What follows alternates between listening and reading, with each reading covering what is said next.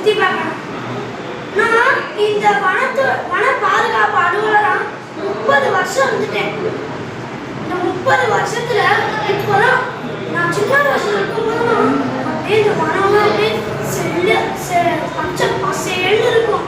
ஆனா இப்பதான் காடு சார்ந்த பகுதியமான கொள்ளை நிலமே இவ்வளவு வறட்சியா போயிடுச்சு.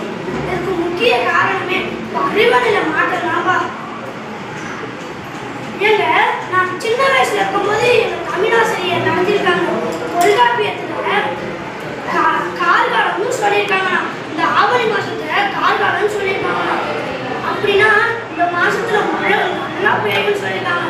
அப்புறம் நம்ம முன்னோர்கள் கூட எல்லாம் தெரிஞ்சிருக்கோம். ஆடியில காத்தடிச்சா ஐப்பசியில மழை பொழியும் கூட சொல்லியிருக்காங்க. ஆனா இப்ப ஆவணி பிறந்து 17 நாள் ஆயிடுச்சு, இன்னும் சொட்டு மழை கூட பெய்யல. அது 4 மாசம் அடிக்க வேண்டிய வெயில் 6-7 மாசம் ஒழுத்து எடுக்குது. இந்த பருவநிலை மாற்றத்துக்கு முக்கிய காரணமே நெகிழி பைகள் தான். சுற்றுலா வரணுன்ற பேர்ல எல்லாரும் நெகிழி பையை விசிறிட்டு இருந்து போயிடறாங்க. அதனால நிறைய பின்விளைவுகள்லாம் நடக்குது. அதனால நீங்க யாருமே நெகிழி பையே எடுத்துட்டு வரல. உங்களை பார்க்கும்போது ரொம்ப மகிழ்ச்சியா இருக்கு. நீங்க இங்க வந்த சுற்றுலா வந்ததுக்கு உங்களுக்கு நான் பரிசா ஒன்று வச்சிருக்கேன்.